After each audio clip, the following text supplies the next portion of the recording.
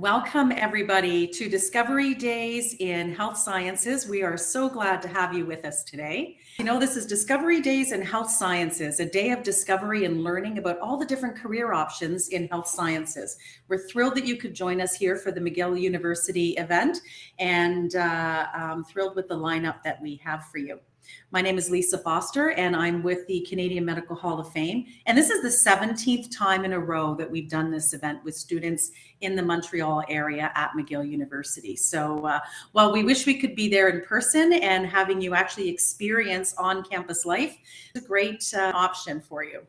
So what is the Canadian Medical Hall of Fame? I think students and most people in the world know what a Hall of Fame is. And we certainly, if I said it was the Hockey Hall of Fame, we'd have a great mental image of what goes on there. About 28 years ago, some Canadian health and business leaders actually had this idea shortly after the Hockey Hall of Fame was instituted in Toronto, that if we're calling out excellence among sports figures and pop icons, why aren't we doing this for health leaders and for people who are significant leaders in the health arena? And so they started the Canadian Medical Hall of Fame.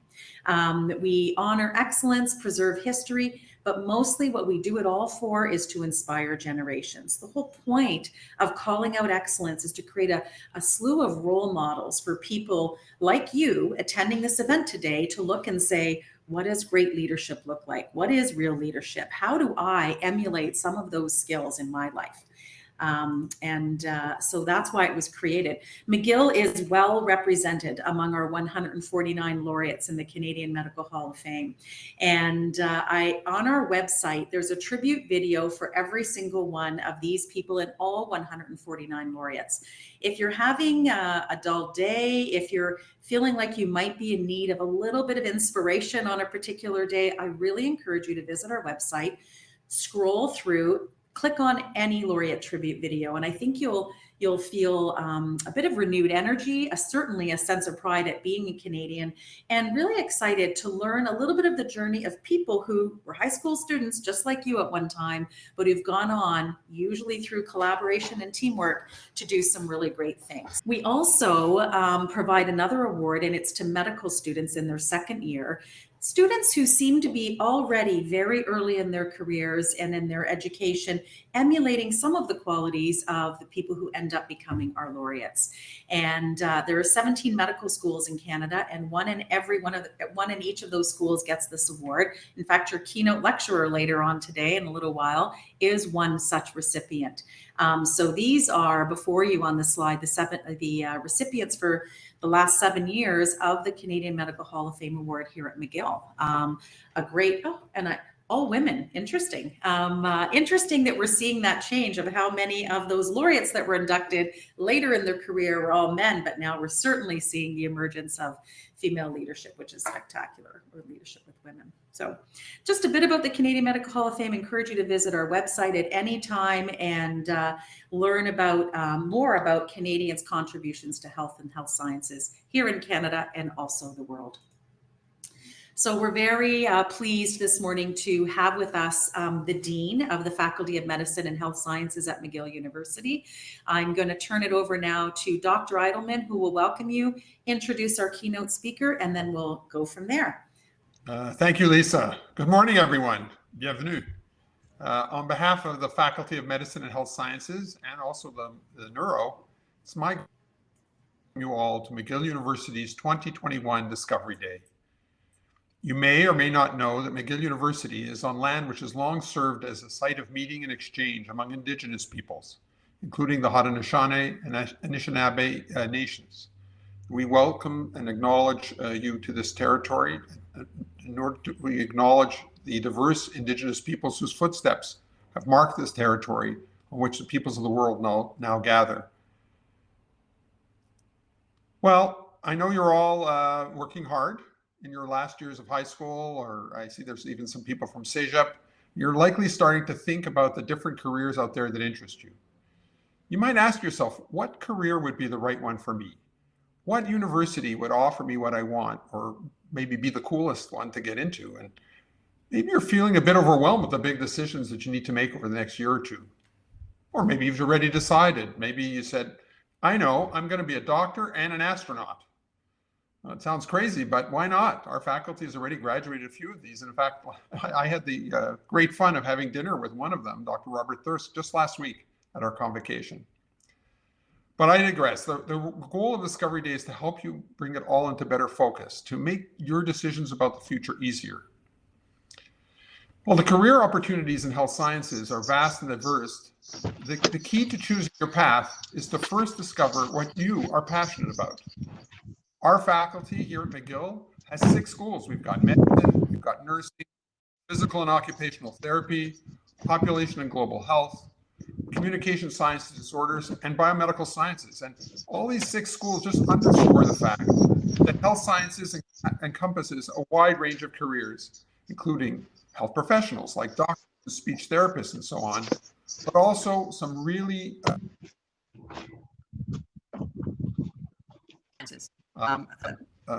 like neuroscience, global health, genomics, and many more. Well, I'm the Dean of the Faculty of Medicine and Health Sciences. I'm also a physician, and specifically I discovered I wanted to be a doctor at a very young age when I was about 10.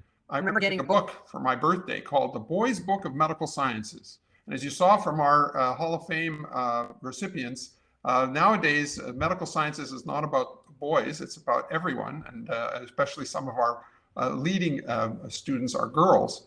But this was part of what I wanted to do, and I was lucky enough to do the MedP program here at McGill and to go on to discover during a summer research project that I really loved pulmonary physiology and pulmonary medicine. So for me, that was my aha moment. That marked the start of my journey to what I became, a lung doctor. And I think that's a very important thing, is to try and listen for your aha moment. But of course, like I mentioned at the start, it's important to find your passion.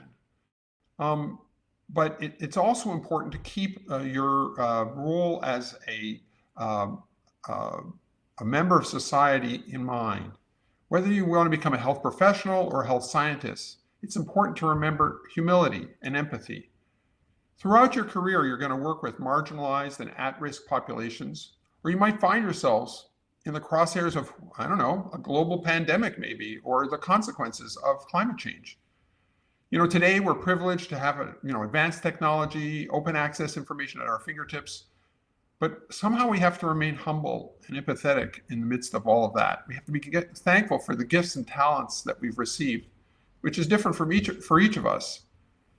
You may decide health sciences is the field for you, but you may also decide that it's not, and that's okay, as long as your decision comes from the heart. So remember, seek out your aha moment, think about what you really want to become, what's going to really make you passionate, and make sure that the decision comes with a sense of the responsibility that you have towards giving back to your society. Well, now it gives me great pleasure to introduce your keynote speaker, Sheetal Pundir. McGill. And like many of our medical students, she's quite amazing. She received the Dean's Scholarship for her PhD at the University of Ottawa, where she worked on novel anti-cancer drugs that led to patents and the establishment of Ramsey Lake Pharmaceuticals. During her postdoc, she studied diseases of the retina and explored new therapies that can potentially improve one's vision. And she's using her medical training to educate and help societies by leading award-winning initiatives such as diabetes prevention and the impact of COVID-19 on mental health and education. So in brief, Sheetal Pundir epitomizes the mission of our faculty: patient at heart, science in hand. Thank you, Dr. Eidelman, for the very kind introduction. Thank you, organizers, for this opportunity to share some of my experiences today. And thank you, everyone, for being here. I'm very nervous and excited to be here. Every time I share my story, I have racked my mind and heart for what I ought to say, because sharing is vulnerable. So I thought maybe I will pretend for a while as if I know exactly what I meant to say, and maybe eventually I'll find my way, like products which are made in China, mostly fake, but they still find a way in the market.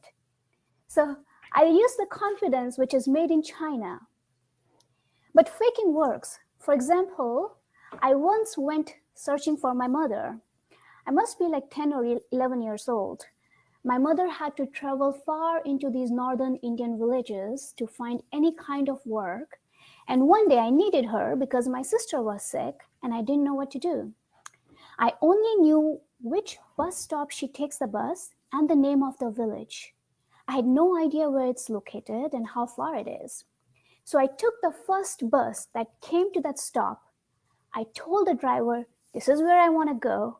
And the driver was so perplexed, and I maintained as if I know absolutely where I am going. And the bus reached the last stop in the evening, and I asked the driver, where is this village? And he said, just take that hill and keep walking. I walked for a few hours on those slippery hills. And that day I realized that my mother had to hike some 15-20 kilometers every day to find any kind of work in those villages. My mom, she got married at the age of 16, had 3 girls and was a widow by the age of 21, comes from the community where they cry at the birth of a female child, comes from the community where they don't believe in female education, comes from a community where being a widow is considered a curse, and she completed her education when every woman in the neighborhood will have pity on her for having 3 girls, no boy, and no husband. And I thought she kept fast every other day to please all her gods, not realizing that there was never enough food for all of us. I wish I could claim that I'm here today because of my own efforts, but that will be fake again. And I wish I could say that I went to school because I was very interested in education. That isn't true, nor I was the brilliant kid. In fact, I was the teacher's nightmare. I went to school having no idea how to pay my fees, asking them to give me admission when they will send me home every day because I couldn't pay my fees. I had no uniform. I couldn't afford anything. And I was a really dumb student. But I will go back again. They'll send me home and I'll go back again. And now I wonder why. It wasn't my fate either. I didn't have any. Because poverty only entails fear and stress. Rarely faith or belief or confidence. Because poverty only means petty humiliations and hardships. Because when you are hungry, you don't think about studies. You only think about strategies to kill it. Because when your roof is leaking during heavy rains, you don't think about study. You only think about prayers that can stop this rain. Because when you are cold and shivering, you don't think anything. I only knew one thing, that education is my only way out, and I kept pursuing it. That day, when I went to look for my mother on those hills all alone in the jungle, I learned this lesson, that you don't need confidence, you just need clarity. And when you have clarity, confidence will follow. Let me ask you a simple question. Do you need confidence to cross the road, or do you need the clarity to cross the road? Can someone from the audience answer?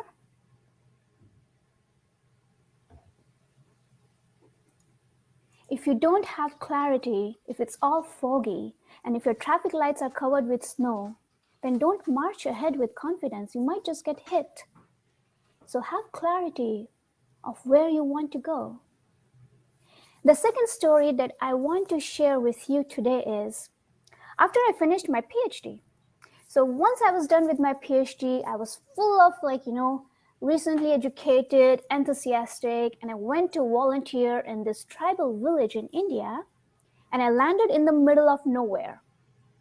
I went to this school in one of the tribal village in southern India to volunteer, which is run by my friend. And I thought, in my mindset, these people must be very unhappy because there exists no concept of family, they had no technology whatsoever, they had no concept of society, and as a citizen of quote-unquote developed world, I started to have sympathy with them. I thought, I'm going to educate these children. And all these children in the school are the first generation in their village, in their entire village, to get any kind of education. So I went to take my first class. And when I went to this first class, an 8-year-old child, his name was Hari, not Harry, Hari, he asked me this question: how many times are we born? So the concept of rebirth is deeply engraved in Indian culture. For example, when a child misbehaved here, the parents may give them time out. But when I misbehaved, my mother would say, in your next birth, you'll be born as a donkey. But that's the concept of rebirth. You do bad karma and you may not get human birth again. So this 8-year-old child asked me, how many times are we born? And I said, till you become a perfect human being. And then he asked, who is born as rich and who is born as poor? And I said, well, rich people are born poor in the next birth and poor people will be born rich. Now, in the audience, you don't have to believe me. I just could not come up with a better explanation.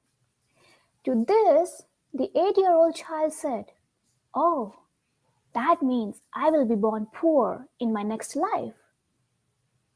Now it was my turn to ask question, because this child who barely had anything, and he said he'll be born poor in his next life.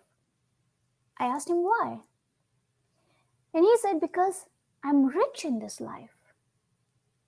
And then I found out that he has saved $1.25 in 1 year, which is the most amount saved by any child in the school. And that made him richest in his world. In that school, to introduce the concept of savings, to introduce the concept of banking and money, they started the school bank, and kids, when they work in the garden, they earn some money and they try to save. So, what do you think? Is this child ignorant who probably needs to go out? So I would like to have some of your answers in the chat. If you had met Hari today, how would you respond? Is the chat function working, Lisa? Yep, chat is working. There's just a slight delay, so it'll take a moment to get the response.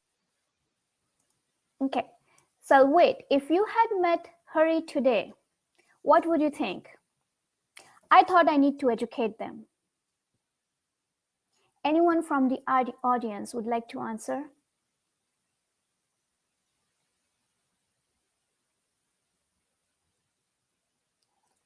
Clarity.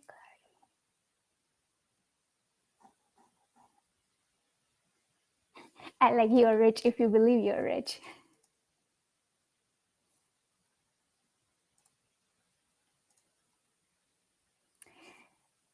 Okay.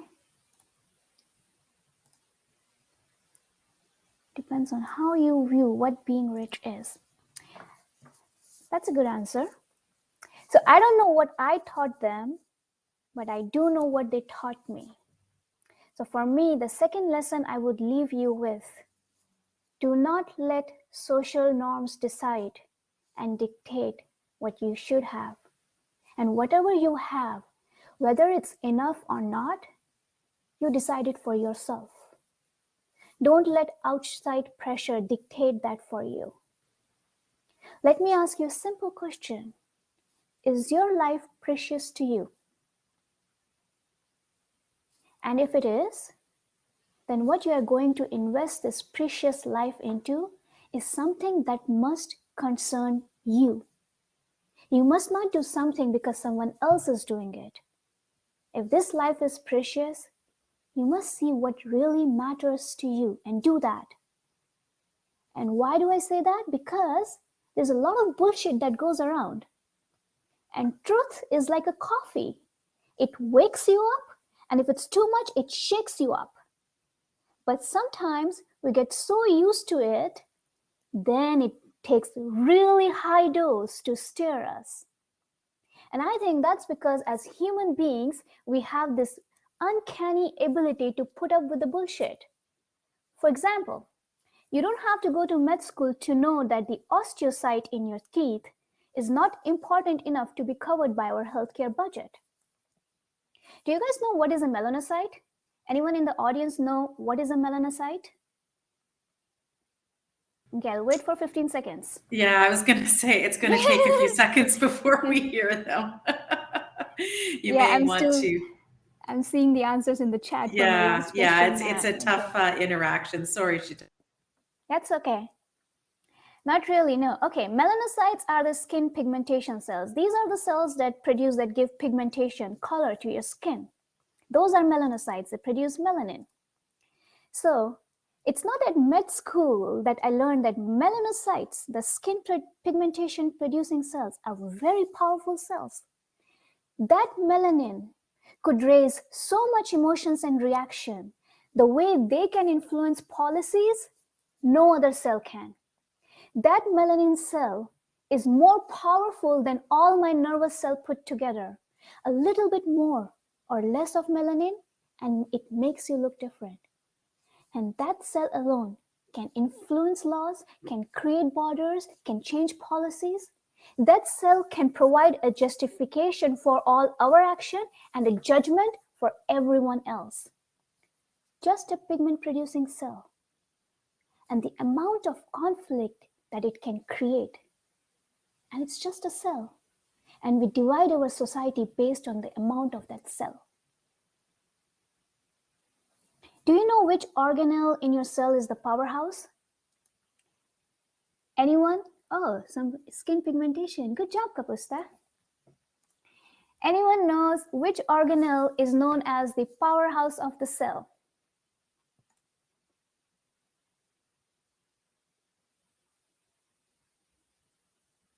Mitochondria. Thank you, Larsh.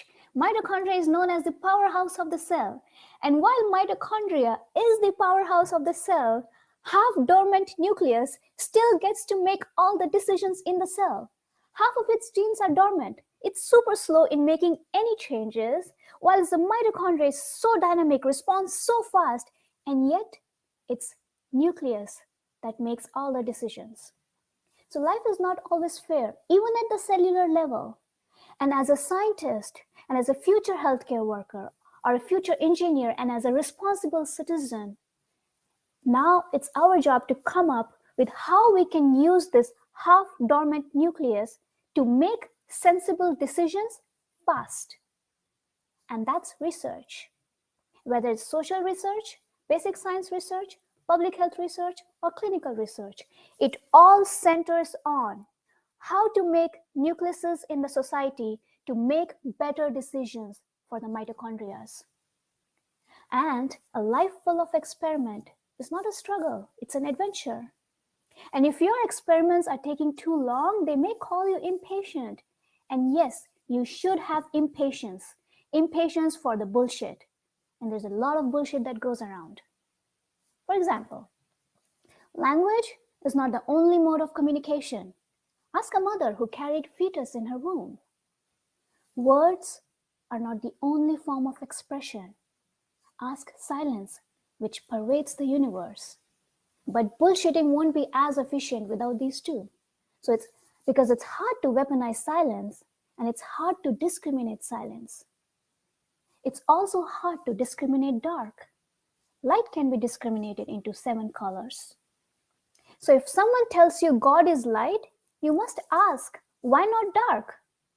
Darkness does not discriminate anything. And that's what you as a future physician or a scientist or a healthcare worker or an engineer, one must ask uncomfortable questions. That's what your job is, to separate the bullshit from the truth. In a life full of experiments, conclusion is death. In a life full of experiments, certainties will ruin it all.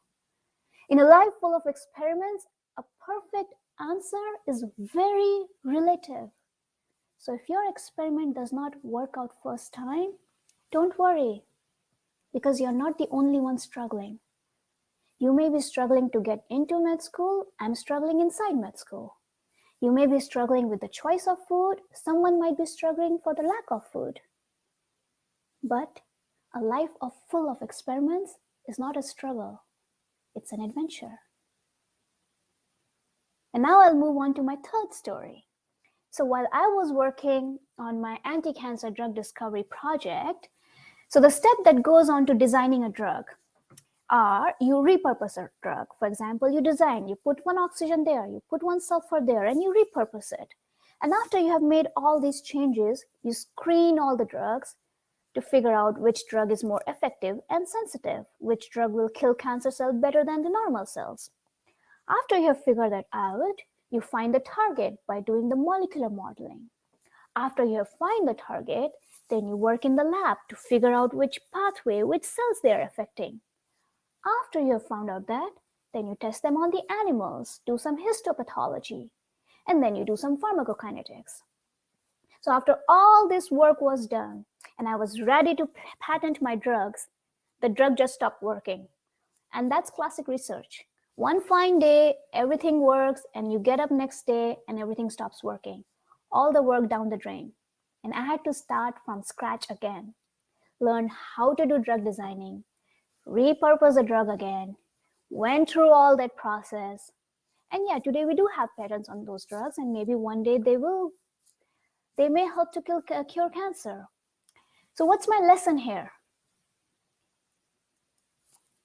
So I would want to know from the audience, what's my lesson here? Because if any one of you ever decides to go into research, this is like a classic research story. It's not an exception. So I'll wait for the responses. 15 seconds. Thanks, Sheetal. You are demonstrating patience as we conduct this session, and I'm hoping you're seeing the great chat, the positive feedback in the chat as well. Yeah, actually, I'm seeing answers to my previous questions now. Never stop trying, gut bird. Thank you. That's a good one. Never stop trying. Keep working hard. No, don't work hard. Work with fun. Never stop giving up. Never giving up. Have perseverance. Thank you. Thank you, audience. Thank you for your participation. Always push through like that one. Keep your head up. Never give up. Have patience. Thank you. Don't give up. Yeah, that's what I learned. So for me, it's very easy to express myself in poems because I find it very hard to express myself in prose because my English isn't good. If I start writing English, the amount of grammar mistakes I'll make, man, I'll surprise myself. This is what I learned. When there is no moving ahead, that's the point when you have to move ahead. Because the world doesn't start with you or ends at you. Universe doesn't care what you think. The world starts with the sun and ends at the stars. And between these two, there's plenty of space to move ahead. Science is happening everywhere. Science does not happen in lab. You just have to pay attention. You are the scientist.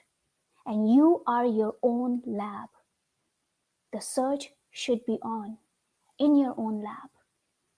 You must not be driven by your anxieties or frustrations or concerns. What you do should not be influenced by your peers or social pressures. If you truly love what you do, then there is no way you won't succeed. You do something not because it's less or more important. Who am I to decide what is less important or what is more important? I do something because that's what matters to me at this point in time. Whether it's finding a cure for cancer or finding how the blood vessels are formed in the body, or whether it's designing a diagnostic assay for an infectious disease, or just figuring out how to get your patient the help they need. You are the scientist and you are your own lab. The search should be on in your own lab. And don't worry if someone has more brains than you. We don't need brains. We have too much of it everywhere. It's there in the science, it's there in the news, it's there in the war, it's there in the peace, it's there in the politics, it's there in the social work, it's there in your school, it's there in Democrats. I'm not sure about Republicans though.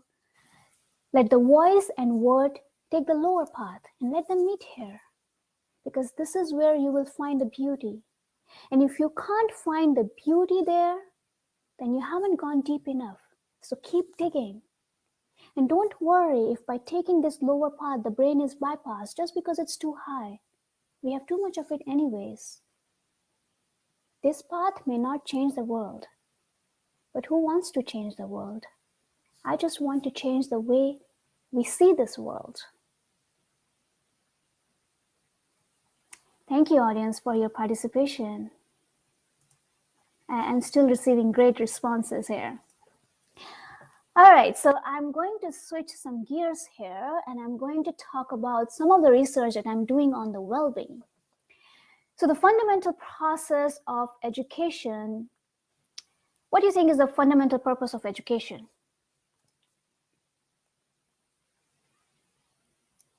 Fundamental purpose of education. That's your question, Sheetal? Yeah. Yes.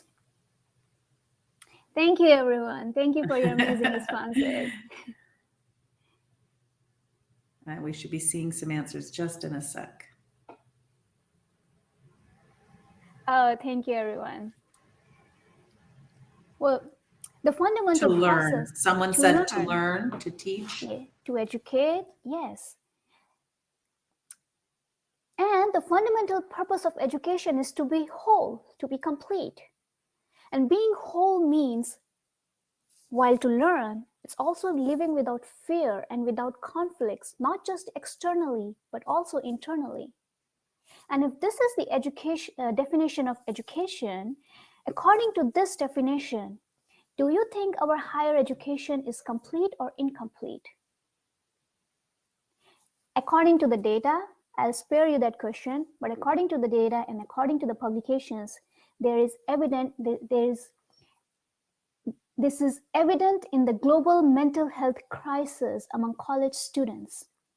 So there was a recently paper published by WHO that attending college has become a hazardous endeavor in terms of mental health. It was published in 2018. And do you guys know why? Because it focuses on external science, external technology, material well-being, while neglecting the inner sciences and technology for inner well-being. And this imbalances produces scholars who may have overemphasis on intellect and not intelligence. Can someone tell me the difference between intellect and intelligence?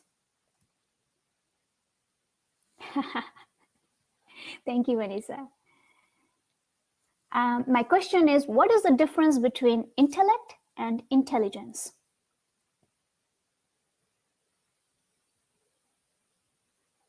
To win my... Love that answer, Princess Sun.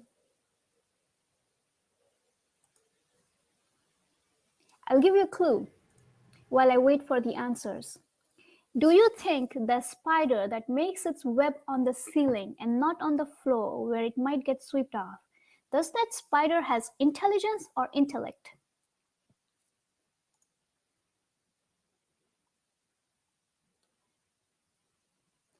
Okay, is a faculty of reasoning. But the spider doesn't have the ability to acquire knowledge and skills though, right, Melina? Intellect is reasoning, I agree. Intelligence is ability to get the knowledge. But the spider who knows exactly where to make the web, where is the safest place to make the web, which is not the floor. The spider has intellect.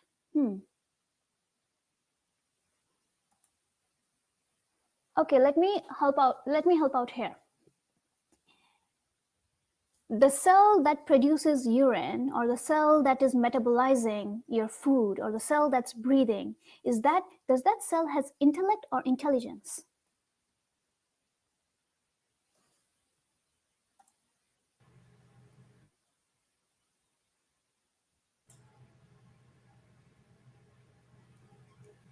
That is intelligence. Intellect is reasoning, as most of you have answered. Whereas intelligence is everywhere. It's not just in your brain. Yes, intellect is in your brain, but intelligence is there in every single cell of your body, whether it's dividing, metabolizing, excreting, breathing, or heart beating? Do you think that cell that produces urine is less intelligent than the cell that helps you memorize the material of your school? And without profound understanding of our own inner well-being, of how our own inner system works, the development of science and technology could lead to exploitation and destruction and confusion, ethical dilemmas, and it has in the past. The essence of education is not enough to encourage students to learn a certain technique or memorize a certain formula. Education should go as far as to help students experience the integrated process of life, because this is what allows us to utilize the knowledge in an appropriate and beneficial manner. Education that enhances the student's feeling of wholeness and understanding of the self requires the integration of well-being into the curriculum. For example, have you heard the concept of stress management? I'm sure you must, yeah. Everyone has heard so the real intelligence hides beneath our cells. No, the cell, the mitochondria that knows how to run the Krebs cycle is an intelligent organelle. That's the intelligence that's running, that knows exactly how much glycolysis to do, how much fatty acid oxidation to do. That's not intellect. Yes, so every one of you have heard stress management. And so what are the things that you would want to manage in your life? Things that matters to you or the things that don't matter to you? So some of the things that you manage in your life are time management, curriculum management, study management. Do you manage your garbage in your house, or do you just put them in the appropriate bags and throw them out? You just put in the bag and throw them out, right? So something that is not relevant to you, why would you keep it inside your house and spend your time in managing it? And that's what I mentioned before, learning how to ask uncomfortable questions such as this. Why are you teaching me stress management? How is it relevant? I should have just put it in the appropriate bag and throw it out. I should be managing things that are relevant to me. And yet we spend more time in stress management than in time management or curriculum management. If you truly love what you're doing, why would you even have stress?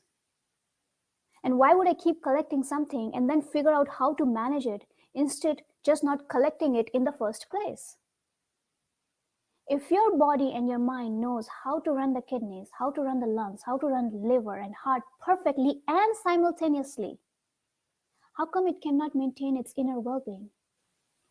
If we can engineer outside structures perfectly the way an engineer wants, how can we not engineer our own self the way I want? And that is my research on well-being. You are the scientist and you are your own lab. The search should be on in your own lab.